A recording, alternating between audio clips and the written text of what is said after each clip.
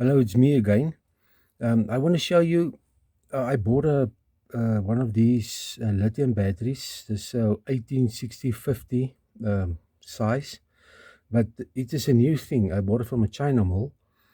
I couldn't solder the top. One of my videos, I show you how to solder it. You scratch it, clean it a little bit, put some flux on, but this one totally doesn't want to solder. But then I noticed there's little holes, that the vent holes inside there.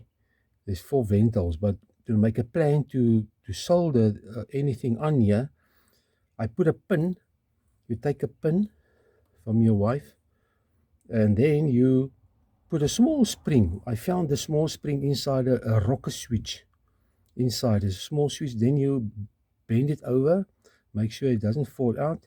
Then you go and you stick it through that holes, through the holes. And then you take a pliers. Then you can just go and you make sure it is sideways, and then you go and you put some pressure on it. If you can see there, I'm going to pull it a little bit, make sure it's, and then a little bit pressure, then you bend it like this. Now you have a something that is under tension that you can solder there. That thing just jumped out, and then you can maybe cut it and solder it there. Then you obviously just go and you cut off a little piece of the end piece there.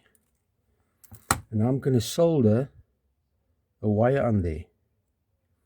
And then that will give me then enough access to this terminal under tension, and it will make contact. This is maybe a solution that I can think of for this. Okay, let's put a wire on. I'm just going to thin this wire quickly. I'm going to just thin this part here. Then I'm going to solder this there.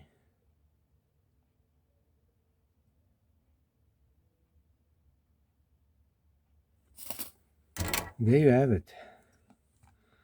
There's your your red positive wire. It's under tension, and you can use it for a project or something. Just gonna put some sleeving over there. So put some sleeving there, and I'm just gonna take my torch.